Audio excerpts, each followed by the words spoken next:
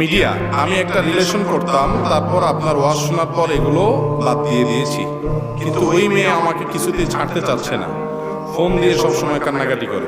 নাম ছেড়ে ফেলেছেন ভাই, আপনি নাম ছেড়ে ফেলেছেন। ভাই